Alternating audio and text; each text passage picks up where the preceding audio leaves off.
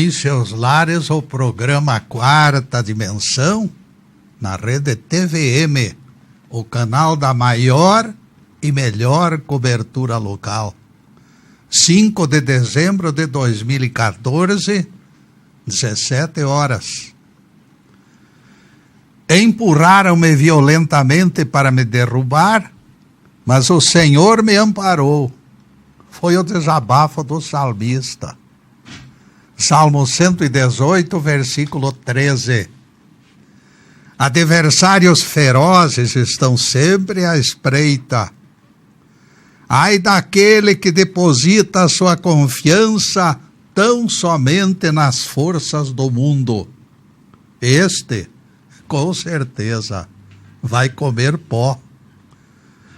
Registramos a presença sempre bem-vinda dos nossos amigos Stefan e João Luiz.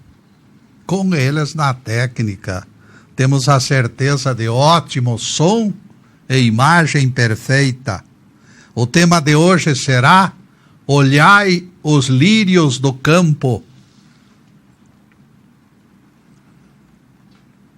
O tema de hoje nos apresenta a criação divina como garantia da nossa sobrevivência. O convite de Jesus aponta a natureza como a amostragem perfeita da prodigalidade do Pai. Nossa geração foi convocada para prestar atenção na exuberância dos lírios. Se Deus veste assim a erva do campo, certamente fará mais por vós, homens de pequena fé. Mateus 6, versículo 30. A voz de Jesus é um apelo suficientemente forte. No limiar da loucura, a sociedade precisa ensarilhar as armas para olhar os lírios do campo. Descomplicar é a recomendação do nosso rabi. Se o teu olho for simples, ensina o Evangelho, todo o teu corpo será luminoso. Que cultivas em teu jardim? Perguntou aquele homem que morava ao lado de sua casa. Gastão Arruda ficou surpreso. Em 2 anos morando ali, o vizinho jamais conversara com ele. O homem repetiu a pergunta: que cultivas em teu jardim, senhor Gastão? Chamado pelo nome, agora se confirmava que o vizinho realmente queria conversar com ele. Gastão Arruda se aproximou da cerca e respondeu: eu nem as planto. Elas simplesmente nascem e crescem. Elas tomam conta do terreno. E tu, Senhor, o que cultivas? Precisas ver o meu jardim, senhor Gastão? Eu só trabalho com espécies raras que cultivo em estufa. Importo sementes da França e da Itália. Então sua casa deve ser inteiramente florida. Com tanto trabalho e desvelo, dá para imaginar. Não, senhor Gastão, retrucou o jardineiro. Não é bem assim que acontece. As minhas plantinhas são muito frágeis. Elas só sobrevivem em estufa. O senhor nem queira saber, senhor Gastão, quantos livros eu consulto para aperfeiçoar uma única espécie. Gastão fez questão de salientar: no meu jardim nunca fartaram flores, nem foi preciso estudá-las. Eu nem as cultivo. Contemplá-las com reverência tem sido uma das minhas alegrias. Eu sinto nas flores do campo uma certeza da continuidade da vida. Eis aí, meus amigos, duas criaturas completamente diferentes. Por incrível que pareça, elas revelam o nosso retrato como sociedade e como pessoas. Existe quem prefira a vida precária e artificial da bolorenta estufa, enquanto outros descomplicados procuram a claridade do sol. Olhai os lírios do campo, aconselhou Jesus. Se assim procedermos, a nossa vida será bem mais alegre. Você já se deteve observando as flores que brotam pelos caminhos, sem exigência de jardineiros para cultivá-las? Foi destas flores que Jesus falou. Cobertas de poeira, elas nos revelam que o nosso Deus existe e é poderoso. Considerai como crescem os lírios do campo, advertiu Jesus. A sobrevivência das flores atesta o poder divino. Percebam, estes dois seres humanos, aqui da terra, que crescem, que prosperam dentro dos mesmos nossos padrões. Um deles vive ansioso em busca de um perfeccionismo que aquelas plantinhas poderão lhe proporcionar numa exposição internacional. Ele quer o prêmio maior, por isso se encontra tenso e aflito. O outro entregou suas flores ao Pai das alturas. Está feliz e realizado com aqueles rebentos que brotam até nas pedras. As sementes aparecem nas asas do vento, e não há registros na alfândega nem taxas de importação. São belezas que Deus nos entrega sem o menor custo. São dádivas sem etiqueta, sem preço e sem código de barra. Bastará olhos de ver e suficiente sensibilidade para sentir. Imaginem vocês, meus caros, se os lírios do campo fossem como pedras preciosas e se tornassem inacessíveis. Imaginem nossos campos com raras flores. A escassez faz subir o preço. Graças a Deus, as flores do campo não são raridades. Elas se espalham para encantar os nossos olhos cansados. O jardineiro da nossa história procurava sementes na França e na Itália. Coisas complicadas enganam como miragens no deserto. Muitos têm preferido os atalhos da enganação. Temerosos pelo retardamento da cura, eles correm atrás de placebos.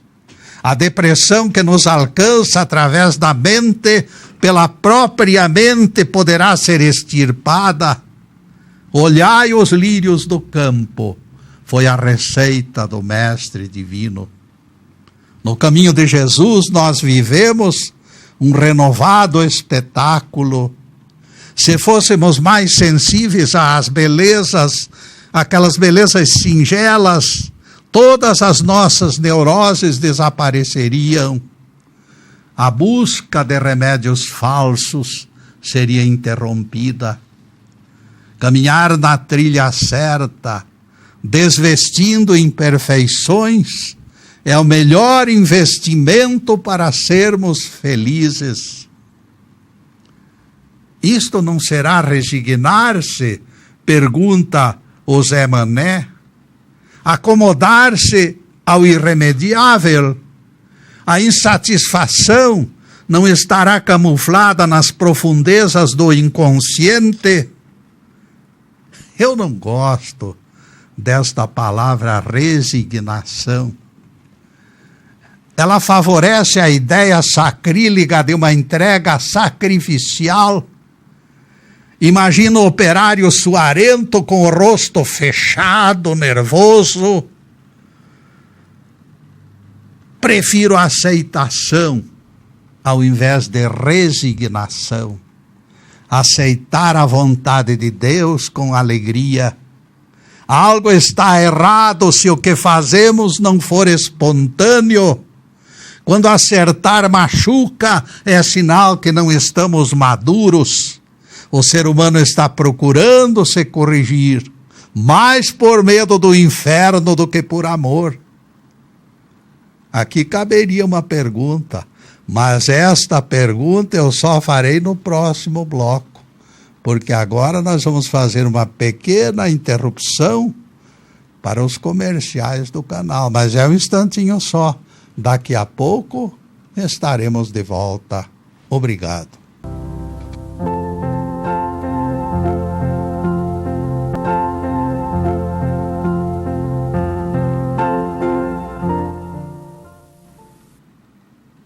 Já estamos no segundo bloco do programa Quarta Dimensão. E por gentileza do Stefan, o nosso site já está na telinha, à disposição de vocês. E nós pedimos a atenção de todos para aquela nova página que colocamos no site na semana passada. Já noticiamos isto, mas o fazemos agora novamente, para que todos possam se servir desta página de grande significação espiritual. O nome da palestrinha que foi feita no site é Chaves para Múltiplas Portas.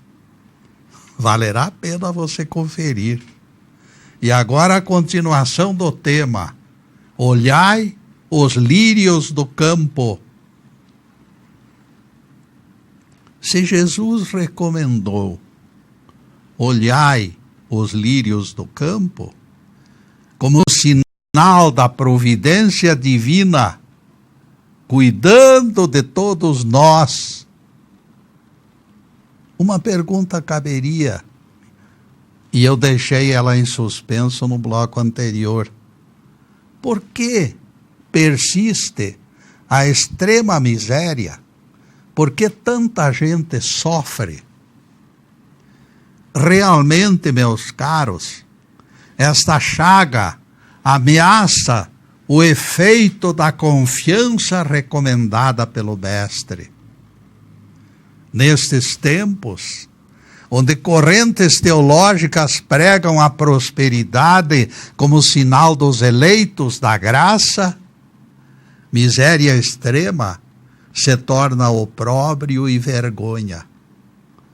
Será que tais criaturas viram-se aviltadas para além da erva do campo, que hoje existe e amanhã será lançada ao forno? Para nós que acreditamos na preponderância do espírito sobre a matéria, a questão é irrelevante. Não existe morte, e esta certeza modifica as nossas expectativas. Seja nesta ou naquela circunstância de pobreza, de riqueza, de doença, de saúde, sejam as circunstâncias que forem, a vida continuará. Aqui e no outro plano. Jesus foi claro. Quem quiser ganhar sua vida, a perderá. E quem perder a sua vida por minha causa, a ganhará. Mateus 16, versículo 25. E o mestre em seguida dispara a interrogação: que aproveitará o homem se ganhar o mundo inteiro e perder a sua alma. Mateus 16, versículo 26. Sendo a morte em si mesma uma coisa negativa, não será a aberração, o predomínio e a vitória incessante do prepotente neste plano? Disse Jesus: não temais os que matam o corpo, mas nada podem contra a alma. Mateus 10, versículo 28. Mais adiante, no verso 30, o mestre afirma: até os cabelos da vossa cabeça estão contados. Mateus 10, versículo 30. No primeiro verso, o mestre aponta aquela parte do nosso eu que jamais morrerá. No segundo verso, ele nos garante que Deus não está acima do muro. Prova disto? Até os nossos cabelos, até os cabelos da vossa cabeça estão contados. Se os cabelos da nossa cabeça estão contados, é sinal que Deus está se preocupando individualmente com cada um de nós. O grande e grave problema é que valorizamos tanto os nossos 5 sentidos que esquecemos a nossa condição de espíritos intocáveis. O espírito, que é o nosso verdadeiro eu, este ninguém conseguirá maltratar ou fazer sofrer, fora do Criador eterno, porque ele tem poder para nos incutir, para colocar sobre nós uma aprovação terrível, para nos ensinar, fique claro. O ponto básico está bem definido. Nossa alma é parceira do corpo. Vocês não acham que Jesus foi suficientemente claro? Os próprios cientistas, sempre cautelosos, já estão diminuindo a resistência diante do acúmulo de provas de que existe um espírito, existe algo fora do corpo, parceiro do corpo, mas que pode viver fora do corpo. Médicos têm feito pesquisas. Em 1991, Pan Reynolds, de Atlanta, nos Estados Unidos, precisou cirurgia no cérebro.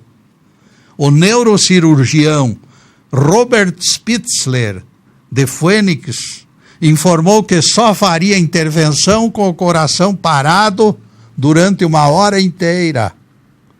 Pan morreria por 60 minutos e depois seria ressuscitada. Até o sangue foi drenado para permitir aquela operação melindrosa. Cérebro morto, sem sangue.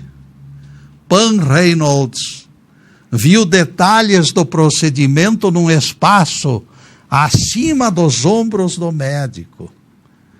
Ela acompanhou toda a cirurgia com os olhos aqui acima dos ombros do médico. Seguiu como se fosse uma assistente do cirurgião. Seu corpo estava lá e ela se encontrava fora do corpo.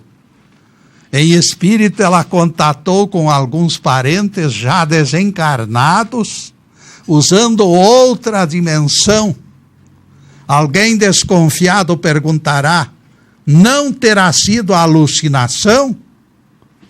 Eu respondo: alucinações são produzidas no cérebro. Não esqueçam que o cérebro de Pan fora desligado e o próprio sangue drenado. Não existe maneira de entendermos diferente. Um cérebro morto não funciona. O artigo Após a Morte, que encontramos em Seleções de julho de 2004, nos fornece estas preciosas informações. É pelo menos curioso que cristãos duvidem desta verdade. 2000 anos antes da ciência se embrenhar na pesquisa, Jesus já dissera que corpo e alma são coisas diferentes.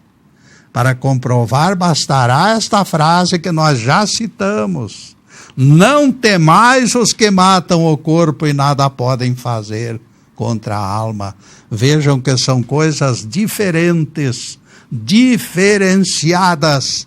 O corpo pode ser atingido, a alma não pode ser atingida. Portanto, tudo que acontece com o nosso corpo nessa vida transitória não representa um grande valor, porque nós temos a eternidade pela frente. Não existe maneira de interpretarmos diferente. No texto do Evangelho e agora também na ciência, encontramos provas de que existe algo preciosíssimo, mesmo daquele pobrezinho, daquele infeliz, daquele sofredor. Ele tem uma propriedade, ele tem um patrimônio maravilhoso diante de Deus. No texto do Evangelho e agora também na ciência, então nós encontramos estas provas de que existe algo poderoso, existe algo intocável além do nosso corpo. Se alguém deseja contestar esta verdade, poderá colocar as cartas na mesa. Estamos aqui para dialogar e aprender, não estamos aqui para impor. O fato é que Deus abriu fronteiras enormes para permitir o nosso aprendizado. Se faltasse chão na terra para os nossos pés, Ele nos levaria em espírito para outros mundos. Estamos destinados a uma vida plena, aqui ou acolá. E, portanto, em todas as circunstâncias, só nos resta confiarmos em Deus e nos aninharmos debaixo das suas asas. Neste caso, Getúlio interroga o Crispim dos Anjos: você acha que o cristão nunca terá prejuízo? Em todas as circunstâncias, será ele então vitorioso, na sua opinião? Meu caro Crispim, na exata medida em que ele se aproximar de Deus, ele obterá esta proteção, não tenha dúvida. Uma velhinha em Berlim, de repente, deixou de passar 2 noites no abrigo antiaéreo na época da guerra de 45. Um conhecido perguntou-lhe: senhora, por que deixou esses 2 dias de se proteger no abrigo? A resposta da velhinha foi original: eu descobri na Bíblia, meu senhor, que Deus nunca dorme. Por isso, não me preocupei mais. Se ele está acordado, eu sei que não corro perigo. Ter confiança em Deus produz este tipo de depoimento. Viver em função desta confiança deve ser a nossa meta. Por que andais ansiosos? Perguntou Jesus. Considerai como crescem os lírios do campo. Vejam que eles não ceifam e nem tecem. Mateus 6, versículos 28 e 29. E neste ponto, meus caros, nós vamos fazer mais uma pequena interrupção em nosso programa para os comerciais do canal. Mas é um instantinho só. Daqui a pouco estaremos de volta. Obrigado.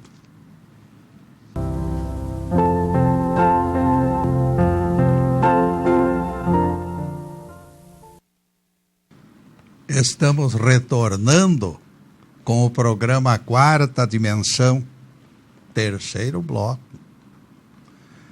Jesus recomendou aos 12 apóstolos: se alguém quer ser o primeiro, seja antes o último e o servo de todos. Mateus 9, versículo 35. Servo naquele tempo, meus caros, não era um empregado com carteira assinada, não. Servo naquele tempo era escravo. Essas palavras de Jesus marcam a diferença entre o cristianismo autêntico e aquele dominado pelos que se acham donos do mundo. Eles são os reis da cocada preta. E depois deste pinguinho de doutrina, voltaremos ao tema. Olhai os lírios do campo. Pautar a nossa conduta pela confiança significará, sim, atração de bênçãos, conforme eu já disse para o Crispim dos Anjos há pouco. A despeito deste entendimento, a confiança humana tem sido pequena. Qual será o motivo deste reduzido entusiasmo? Meus caros, o motivo é a falta de maturidade espiritual. A nossa maturidade espiritual é pequena. Nós ainda não estamos maduros espiritualmente. Almejamos além daquilo que Deus nos concede. Almejamos além, muito além do nosso merecimento. Forçamos a barra e mantemos padrão acima das nossas possibilidades. Isso é mal. Aproveitar créditos é fácil. Difícil é honrar compromissos. O descontrole financeiro fabrica ansiedade. Uma coisa perigosa, uma coisa contra o próprio cristianismo. Neste ponto começa aquela bola de neve, de agiota em agiota, juros sobre juros, e a vida vai se tornando infernal. Certamente Deus não deseja que tal coisa aconteça. Para quem vive numa ilha da fantasia, porém, não restam alternativas. E abrimos uma pausa para explicar a nossa posição. Não estamos estabelecendo restrições ao consumo, não. Você tem possibilidades financeiras? Aproveite a vida. A vida é sua. O dinheiro é seu. Todos são livres para viver do seu jeito. Mas é preciso que haja suporte. Que aquilo que você está fazendo possa corresponder àquilo que você tem de rendimento. Simplesmente alertamos para os perigos de uma coisa perigosa chamada inadimplência. Nosso tema aponta os malefícios da ansiedade. E desta forma nós recomendamos cautela. Tudo aquilo que produz aflição é um péssimo negócio. Agora, se você tem as mãos firmes no leme da tua vida, vai em frente. Desde que tenha recursos, pode montar o seu castelo e até adquirir o seu avião particular. Cada um de nós traz ao reencarnar um projeto de vida. Por isso existem pobres e ricos. Se não avançarmos o sinal, tudo terminará bem. Não ocorrerão surpresas desagradáveis. A vida é sua. O dinheiro é seu. Enquanto suas riquezas não produzirem ansiedade, elas não fazem parte do nosso assunto de hoje. O assunto que fala dos lírios do campo. Aliás, existem figuras tão ansiosas pela riqueza que extrapolam limites.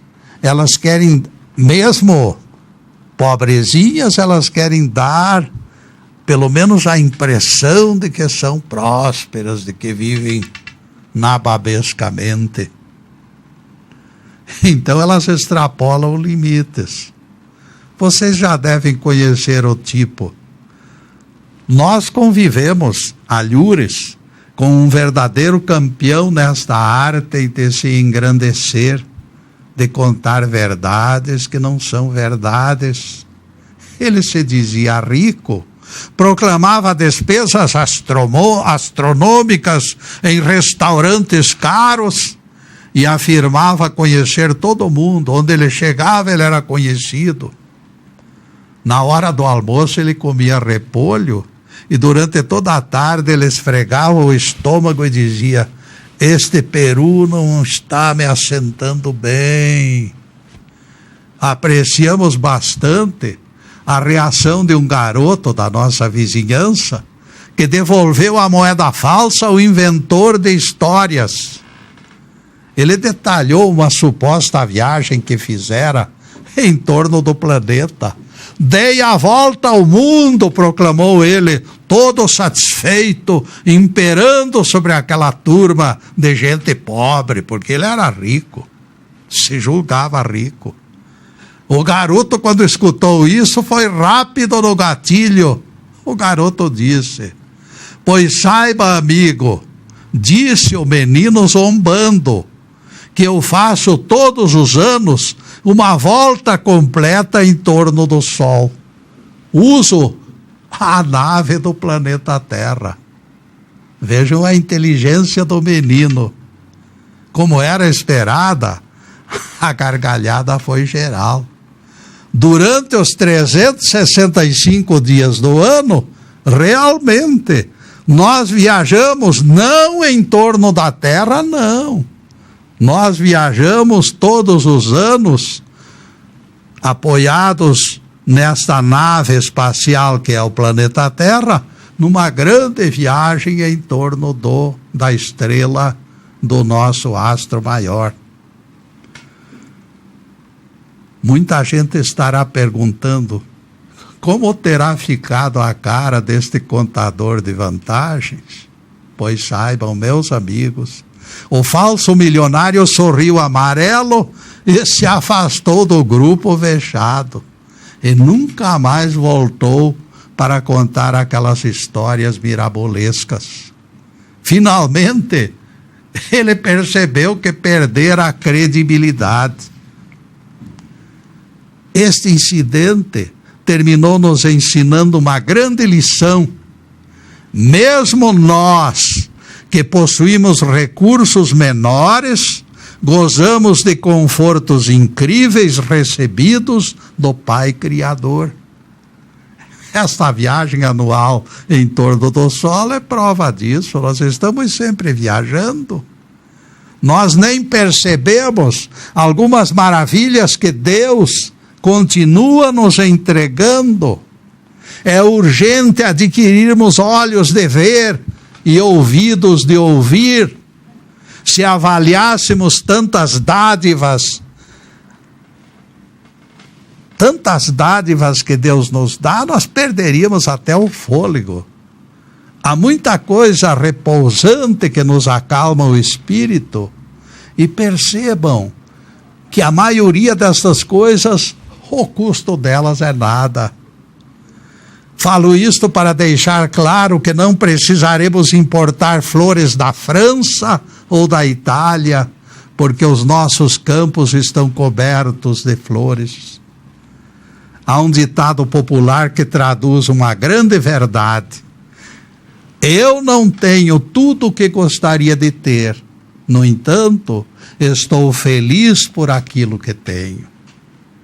Aceitação, eu repito, meus amigos, não será este o melhor jeito de interagir com o nosso Deus? Grande parcela da humanidade vive insatisfeita com sua morada, com o bairro onde vive e até mesmo insatisfeita consigo mesma. Este é o maior problema.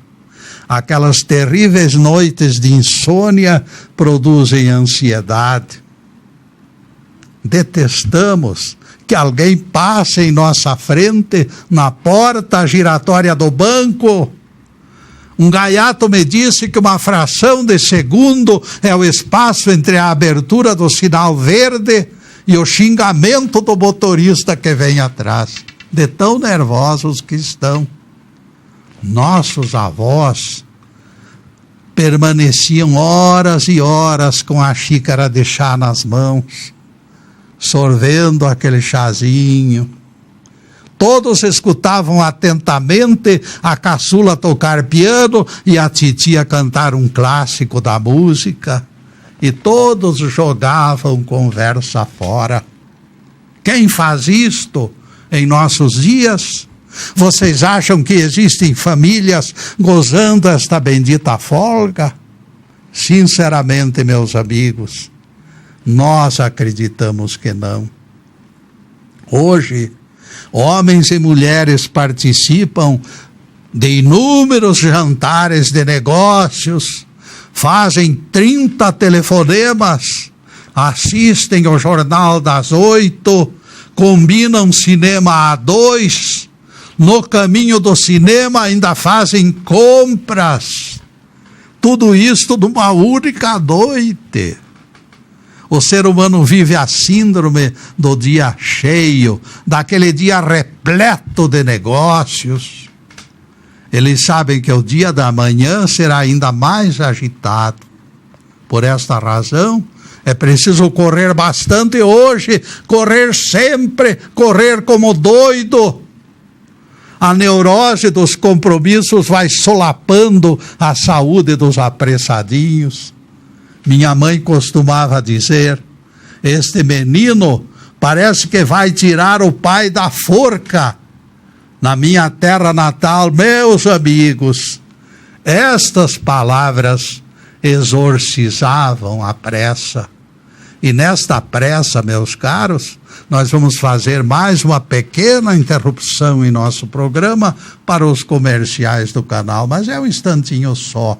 Daqui a pouco estaremos de volta. Obrigado.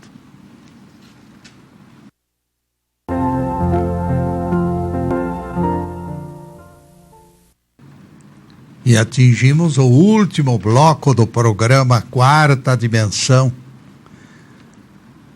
E não esqueçam as tardes de sexta-feira, a partir das 17 horas. É o momento desse nosso encontro semanal. Na próxima sexta-feira, dia 12, abordaremos o tema Encontros e Desencontros. Em seguida, os últimos questionamentos sobre o assunto de hoje. Olhai os lírios do campo. Para fazer algo com perfeição é preciso calma, diziam os nossos antepassados. Vocês já pensaram que a afobação pode ser doença? Se você não consegue equilíbrio emocional, existe algo errado. Está na hora de procurar um contato mais íntimo com Deus. Conte ao Pai Eterno as suas aflições. Esta ansiedade pode ter raízes em alguma perturbação espiritual. Desabafe suas amarguras no seio do Papai dos Céus. Ele é paciente. Vai ouvir as suas queixas, vai registrar os seus temores, vai auscultar as pulsações do seu coração enfermo. Nunca esqueçamos que foi Ele que nos criou. Ele conhece todas as peças da máquina do nosso corpo. Ele sabe o quanto nós somos frágeis. No Japão da época da guerra era difícil viver. Aviões passavam despejando bombas. Com os nervos à flor da pele, quem poderia cultivar tranquilidade? Em resposta, eu apontarei alguém que exemplificou paciência no meio daquele sangrento conflito. Jigoro Fujiwara era o seu nome. Ele vivia com o filho Kose numa região agrícola do Japão. Esse incidente ocorreu nos finais da Segunda Guerra Mundial.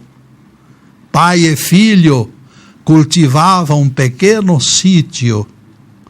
Certa manhã de agosto de 1945, eles atrelaram o carro e partiram ao encontro da cidade grande. Se chegarmos ao mercado antes dos outros, disse o filho, conseguiremos melhores preços, papai. Calma, disse o velho, com paciência, você viverá mais. 4 horas depois iam passando por uma pequena casa, quando Jigoro gritou: pare o carro, filho, é a casa do seu tio, vamos entrar para saudá-lo. Já perdemos 1 hora, retrucou Kose, de cara amarrada. O filho não partilhava do comportamento sossegado do pai. Ao contrário, ele ficava cada vez mais tenso e zangado. Aquela viagem serviu para aprofundar ainda mais o conflito de gerações entre pai e filho. O fato é que se tornou difícil para o rapaz suportar a conversa dos 2 velhos. Finalmente, depois de muitas e delicadas curvaturas, o carro voltou à estrada. Agora era o velho quem dirigia o boi. Por esta estrada não, papai. Por favor, aquela da direita é mais curta. Pode ser mais curta, respondeu Jigoro, mas este caminho é muito mais bonito. Existem flores por todo o percurso. Você parece não fazer caso do tempo, meu pai. Ainda não se apercebeu do enorme atraso? Sim, eu dou tanto valor ao tempo, filho, que aplico inteirinho o meu tempo para contemplar coisas belas e agradáveis. Quando a noite chegou, eles atravessaram um lugar maravilhoso, um verdadeiro jardim. Kose, desesperado, percebeu o carro dirigido pelo pai adentrar pelo mato. Seu gosto seria viajar a noite toda sob o clarão da lua cheia para recuperar o tempo perdido. Mas como dobrar a vontade daquele velho teimoso? Nem pensar, gemeu Kose, no auge da aflição. Vamos dormir aqui, disse Jigoro sorridente. O perfume dessas flores está me fascinando. Que noite sublime, meu Deus! Pai, eu nunca mais viajarei com você. O senhor se incomoda mais com flores do que com ganhar dinheiro. Antes de clarear o dia, o jovem Kose já acordara o pai e partiram. 1 hora mais tarde, passaram por carro atolado. Vamos ajudá-lo, disse o velho prestativo, esfregando as mãos. Eu não aguento mais, respondeu o rapaz explodindo. Se acalme, meu filho. Com calma, você terá vida longa e feliz. Quando conseguiram desatolar o carro, o sol já ia alto. Repentinamente, um relâmpago rasgou o céu. Ouviu-se uma estranha trovoada além da montanha distante.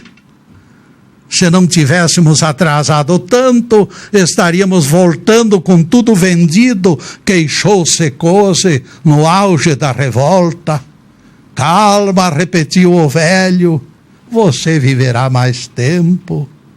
O rosto enrugado de Gigoro mantinha-se imperturbável e sereno, dirigindo o carro de boi.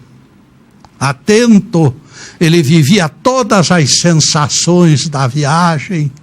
Cose pensava: que fazer com este velho caduco?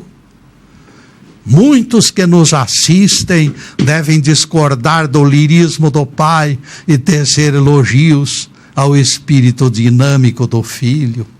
Afinal, dirão estas pessoas, Gigoro é um velho romântico, ultrapassado, extremamente complicado e difícil. Ele está mais preocupado com emoções do que com ganhar dinheiro e progredir. Foi somente na tarde do outro dia que chegaram ao monte, de onde enxergaram a cidade grande. Aquela cidade, meus amigos, era Hiroshima.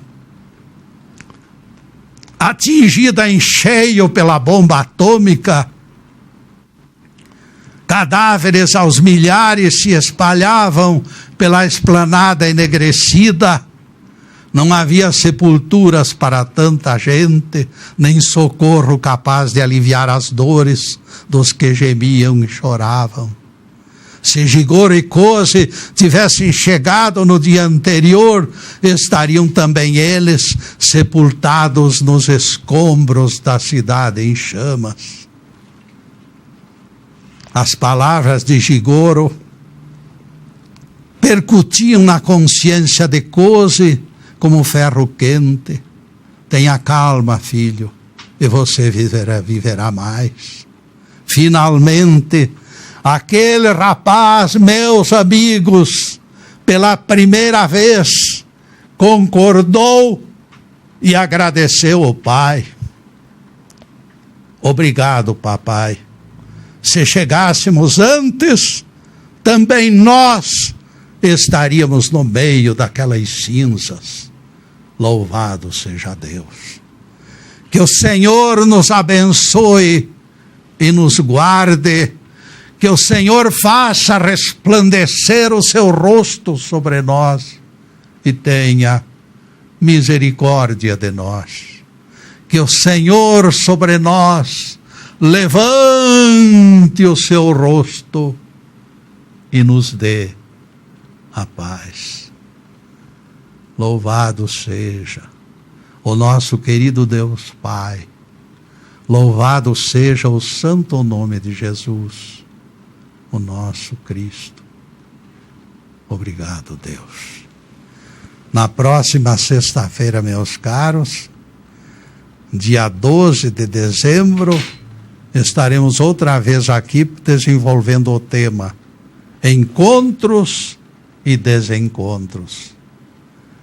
E agora só nos resta agradecer pela presença maciça de vocês.